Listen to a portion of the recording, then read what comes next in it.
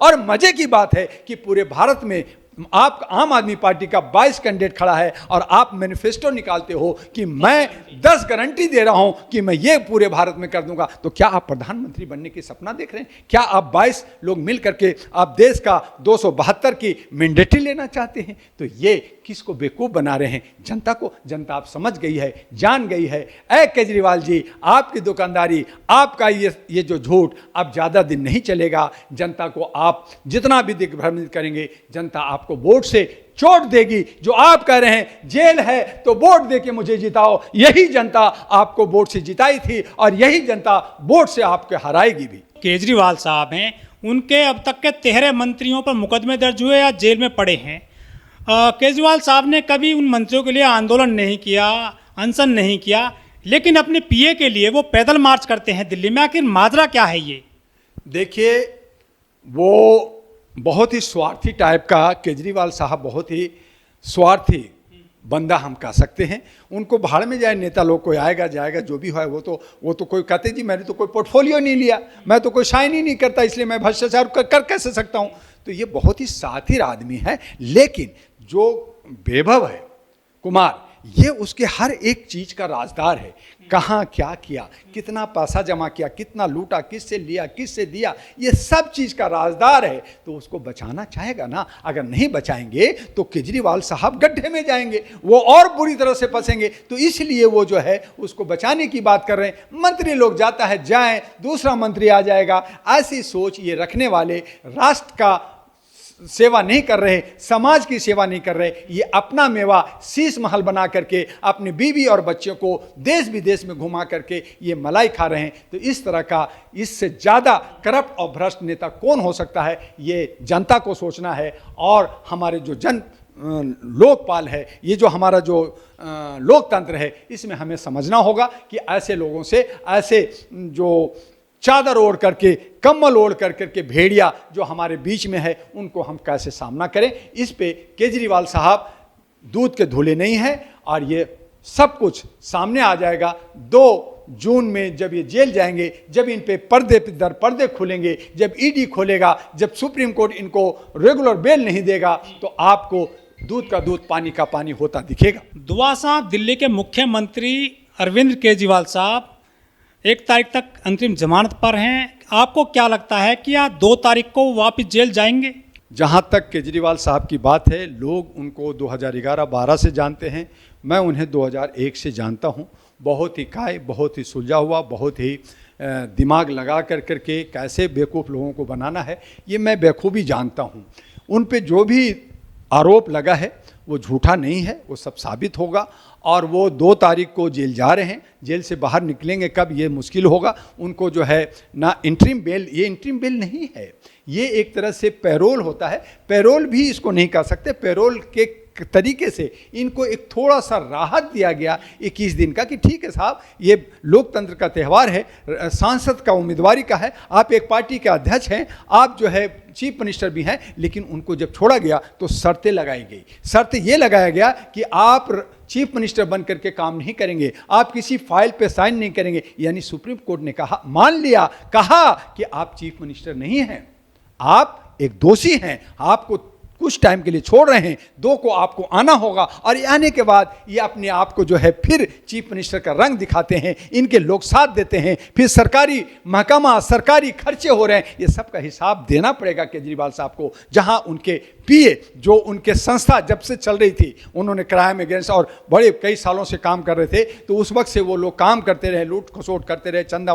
वसूली करते रहे, वो सारे राजदार हैं वो। लेकिन उनकी जो हरकतें हैं, उनके जितने भी कुनबे बने हुए हैं, वो सब वैसे के वैसे ही हैं। इसलिए उनमें जो जितने क्रीम लोग थे, उन्होंने आम आदमी पार्टी छोड़ दिया। अब उनमें बचा ही कौन है? तो ये सब लोग जो है, ठीक है, एक पार्टी है, जनता ने विश्वास किया, एक हमने लोकपाल की बात पे किया, हमने फिर कहा कि ये स्वराज लाएंगे, लेकिन ऐसा कुछ नहीं हुआ। ये सारे गलत हैं। अब ये कहते हैं कि जी मोदी क्या साफ है? अरे मोदी भी गलत है, मोदी को तो हम करेंगे ना, क्या हट जाए, वो बीजेपी हार जाए। तो क्या मतलब है कि अगर वो 100 रुपया चोरी किया है तो आप 10 रुपया चोरी करोगे। ऐसा नहीं होता। तो एक चोर है, आप भी चोरी करोगे और आप कहोगे कि 10 रुपया वाला चोर नहीं है, ये नहीं हो सकता।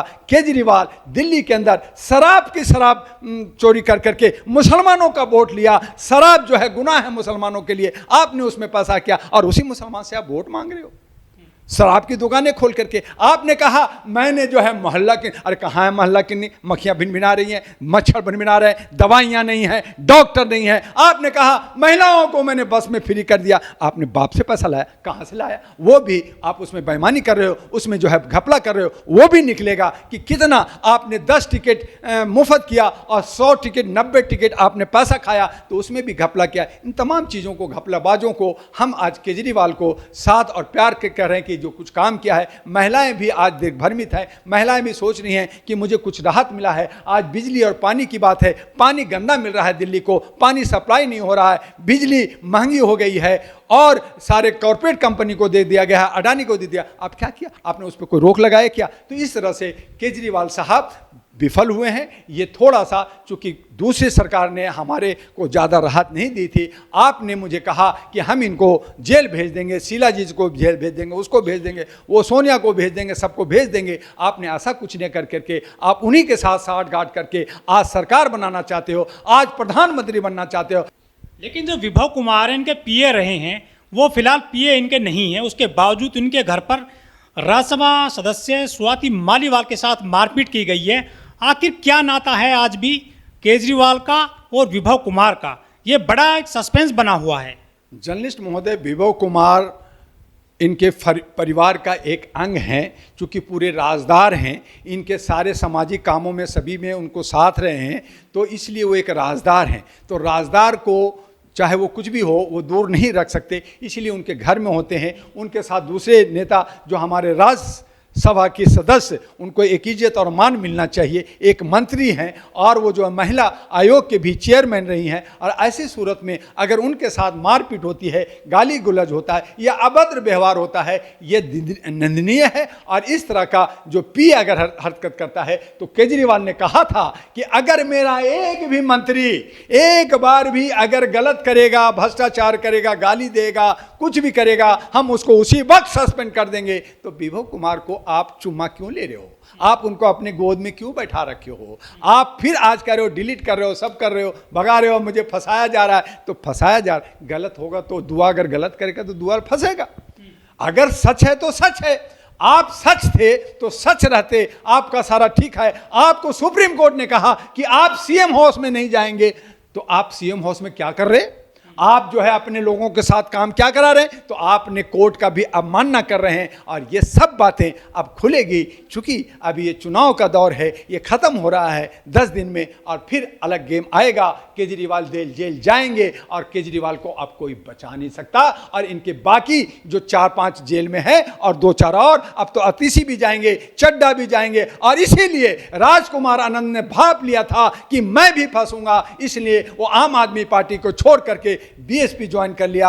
अब जो है स्वाति महिवाल भी अलग हो रही है, तो आम आदमी पर बचा कौन? लेकिन जिस तरह से विभव कुमार को पुलिस ने कस्टडी में लिया हुआ है, जांच पड़ताल हो रही है, उनको मुंबई ले जाया गया है, क्या कोई करप्शन का बम फिर से फूटेगा केजरीवाल का? क्या लगता है सर आपको? विभव कुमार सरकारी गवाह बन जाते हैं और उन्होंने जो जो कुछ किया है केजरीवाल वो उगल देते हैं, तो एक बहुत बड़ा एक हंगामा हो जाएगा। जनता जिस पार्टी पे एक विश्वास आस्था रख कर करके एक नया एक चीज़ आया है जो हमें भ्रष्टाचार से दूर करेगा, हमें जो है एक राहत देगा, गलत नेताओं के खिलाफ बोलने वाला अच्छा बंदा है, सीधा साधा है, एक सिंपल सा पेन रखता है, हल्का फुल्का शर्ट पैंट पहनता है, ये जो है पैदल घूमता है, ये जो है मोहल्ले गलियों की बात करता है, तो ये भंडा फूट जाएगा कि ये कितना साध है और कितना साधु है और कितना भक्षक है, ये सब खुल जाएगा। ये इसीलिए विभव कुमार को ये बचाना चाहते हैं, विभव कुमार को एक दिखाना चाहते हैं, हम तुम्हारे साथ हैं, तुम मत कुछ बोलना। जैसे फिल्मों में अंदर होता है, इशारा कर देते हैं कि देखो भैया कुछ मत बोलना, तेरे के लिए हम पैसा देंगे, तुम्हारे लिए सारी सुविधाएं देंगे, लेकिन हमारा राज मत खोलना। लेकिन जिस दिन विभव का टेस्ट होगा, माइंड टेस्ट होगा, जो बहुत सारे टेस्ट होते हैं, और उसमें से बाहर निकलेंगे, तो मैं समझता हूं कि केजरीवाल हमेशा के लिए गए तो गए। आरोप लग रहे हैं कि केजरीवाल ने जब ये पार्टी बनाई थी तो विदेश से बहुत बड़ी फंडिंग आई थी, है ना।